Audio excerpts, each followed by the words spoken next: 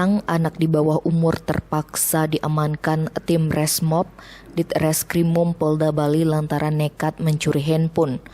Pelaku berinisial BRFG 15 tahun dan YBD 16 tahun.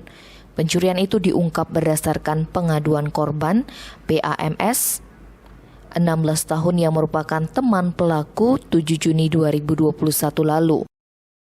Direktur Reskrimum Polda Bali Kombes Pol Duhandani Raharjo Puro dikonfirmasi terpisah menjelaskan peristiwa itu terjadi pada malam hari kala korban sedang tertidur di rumahnya Jalan Tukat Ieh Aye Renon Denpasar Selatan. Dari hasil interogasi, pelaku yang masih duduk di bangku SMA mengaku melancarkan aksinya dengan masuk ke jendela kamar yang tidak terkunci. Kemudian mengambil HP Vivo Y20 berwarna biru. HP tersebut dijual sebesar Rp600.000. Hasil penjualan dibagi 3, Rp300.000 untuk BRFG, Rp150.000 untuk YBD, dan Rp150.000 lainnya untuk FRI sebagai uang tutup mulut karena mengetahui pencurian itu.